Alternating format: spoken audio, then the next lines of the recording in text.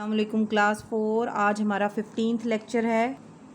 आज हम स्टार्ट करेंगे। कल हमने लाइफ साइकिल्स पढ़े थे कुछ। आज हम लाइफ साइकिल पढ़ेंगे इंसेक्ट्स के कि लाइफ साइकिल जो इंसेक्ट्स का है वो कैसे होता है। अब some insects have 3 stage the life cycle and others have a 4 stage life cycle. यानी इंसेक्ट्स की 3 पार्ट्स में लाइफ साइकिल होता है। यानी वो सबसे पहले उसका क्या होता है कि जैसे हम फ़र्ज़ कर लेते हैं ग्रास हॉपर का हम ले लेते हैं या कॉकरोच का ले लेते हैं, तो उसमें सबसे पहले लाइफ साइकिल में क्या होता है, सबसे पहले वो एग्स देता है। ठीक है। अब ये एग्स जो हैं ये एक निम्फ में, यानी जब एग्स हैच होते हैं, टूटते हैं, तो उसमें से एक छोटा सा जो बच्चा निकलता है उसको निम्फ कहते हैं। ठीक है। जैसे बेबी होता है एक छोटा सा, इस तरह ये निम्फ होता है। ये पूरा कंप्लीट नहीं होता अभी, लेकिन कुछ थोड़ा सा ये हाफ कंप्लीटेड होता है, तो इसको हम निम्फ कहते हैं। ठीक है। फिर उसके बाद ये थोड़ा सा बड़ा होता है तो फिर अडल्ट ग्रास हॉपर या अडल्ट कॉकरोच बन जाता है। जब इसके ये पूरा हो जाता है तो हम इसको कहते हैं कि ये अडल्ट बन गया है। ठीक है। इसी तरह आगे अब बटरफ्लाइज के बारे में है। बटरफ्लाइज या house flies are examples of 4 stage life cycle. अभी हमने जो ग्रास हॉपर या कॉकरोच का जो हमने लाइफ साइकिल देखा वो 3 स्टेज था, यानी एग, निम्फ एंड एडल्ट। ठीक है। और अब हम जो देख रहे हैं 4 स्टेजेस वाला इंसेक्ट्स में, वो बटरफ्लाई है। ठीक है। बटरफ्लाई सबसे पहले क्या करती है, कहीं भी पत्तों के ऊपर, वो प्लांट्स के पत्तों के ऊपर वो अपने एग्स दे देती है। ठीक है। अब ये एग्स जब टूटते हैं तो ये किस में आ जाते हैं, उसमें से लार्वा निकल आता है। लार्वा किसको कहते हैं, आपने इस शक्ल की ये सुंडियाँ सी अक्सर देखी होंगी, जो कि लार्वा कहलाता है, जो इन बटरफ्लाई का लार्वा होता है। ठीक है। अब लार्वा जब फिर थोड़ा बड़ा होता है तो वो इस तरह की शक्ल कर लेता है, जिसको हम कहते हैं प्यूपा। ठीक है। ये प्यूपा में चेंज हो जाता है। अब प्यूपा फिर जब थोड़ा बड़ा होता जाता है, जब वो ग्रो करता है, तो फिर वो एक बटरफ्लाई बन जाता है। ठीक है।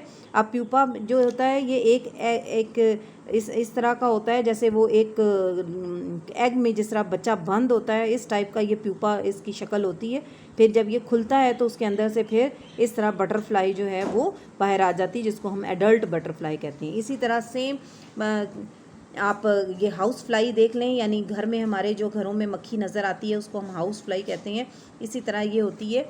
ये हाउस फ्लाई सबसे पहले इसी तरह अंडे देती है, कहीं भी किसी जगह पर भी ये अपने एग्स इस तरह दे देती है। वहाँ से फिर एक लार्वा बन जाता है। लार्वा फिर इस तरह ये प्यूपा बन जाता है। आपने इस शक्ल के तो अक्सर घरों में ये प्यूपास देखे होंगे। अब इस प्यूपा के बाद फिर इसके अंदर ये जब खुलता है, टूटता है, तो इसके अंदर से फिर ये एडल्ट बटरफ्लाई निकल आती है। ये इसका ये लाइफ साइकिल आपने देखा हाउस फ्लाई का, और ये है बटरफ्लाई का। ठीक है। उसके बाद है सिमिलैरिटीज़ एंड डिफरेंसेस।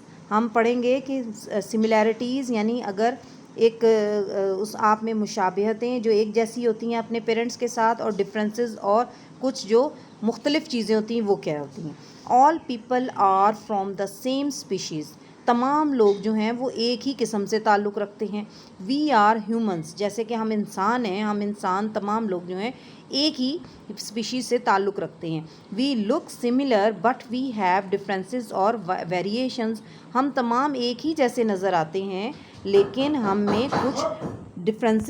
कुछ इनमें डिफरेंसेस होते हैं या वेरिएशंस होती हैं। वो कैसे, humans look nothing but butterflies, यानी ह्यूमंस जो हैं वो कुछ भी इस तरह नज़र नहीं आते जिस तरह के बटरफ्लाइज नज़र आती हैं। We have some similar features, हम में कुछ एक जैसे फीचर्स होते हैं, जैसे कि लेग्स फॉर एग्ज़ाम्पल, के मिसाल के तौर पर जैसे हमारी टांगें हैं। But we are different species, लेकिन हम मुख्तलिफ़ स्पीशीज़ कैसे हैं, with lots of obvious variations, बहुत सारी हमारी वेरिएशंस होती हैं हम में।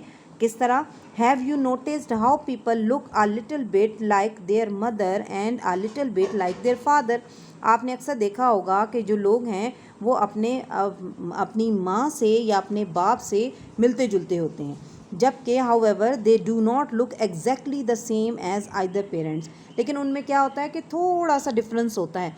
बिल्कुल उनके जैसे तो नज़र आते हैं, लेकिन थोड़ा सा डिफरेंस होता है, मुख्तलिफ होते हैं, कि थोड़ी सी उनकी शक्ल में थोड़ी सी उनमें मुख्तलिफ भी कोई चीज़ होती है, कि वो एक जैसे बिल्कुल वैसे ही नहीं होते, जैसे एग्जैक्ट उनकी फ़ोटोकॉपी ऐसे नहीं होता। This is because we inherit half of our features from each parent. क्योंकि ये ऐसा क्यों होता है कि हम इसमें आधे जो फीचर्स होते हैं वो हम अपने पेरेंट्स से लेते हैं। यानी plants and animals inherit characteristics from their parents, but characteristics can also be affected by their environment। अच्छा, इसी तरह पौधे और जानवर हैं वो भी अपनी खसूसियात जो हैं वो अपने पेरेंट्स से हासिल करते हैं, अपनी इनहेरिट में लेते हैं। यानी उनको अपने पेरेंट्स से वो तमाम खसूसियात पौधों को जानवरों को भी मिलती हैं, वो उनसे मिलते जुलते होते हैं। लेकिन characteristics also affected by the environment, कि उनकी जो इन्वायरमेंट है, माहौल है, उनका भी उनकी खसूसियात पर कुछ असर होता है। ठीक है, इसी जो टॉपिक हमने पढ़ा है इससे रिलेटेड ये कॉन्सेप्ट चेक एक्सरसाइज है। अभी हम ब्लैंक्स कर लेते हैं। The life cycle of a grass hopper has dash stages. कितनी स्टेजेस थी इसकी? 3 स्टेजेस। ये 3 स्टेज वाला था। इसी तरह the life cycle of a house fly has 4 stages. Look at this picture of a goat and a kid goat. अब आप यहाँ पर एक पिक्चर देख रहे हैं जिसमें एक पेरेंट यानी मदर गोट है, एक माँ है बकरी, और उसका एक बच्चा बकरी का आपको नज़र आ रहा है। Write a list of 3 things about them that are the same. अब आपने ये आपको वैसे ही एक कॉन्सेप्ट चेक का काम है, आप यहीं लिख सकते हैं बुक में ही कि आप कोई एक इनमें आपने 3 थिंग्स ऐसी लिखनी है जो सेम हो, इनमें करेक्टर सेम हो। Then about them that are different, और कुछ आप 3 ऐसी लिखनी जो इनमें डिफरेंट हो। They can be things you know as well as things you can see, यानी आप जानते भी होंगे और आप देख भी सकते हैं। इसमें आप यहीं पर आप बुक में ही यहाँ पर आप लिख सकते हैं। ठीक है जी, अल्लाह हाफिज़।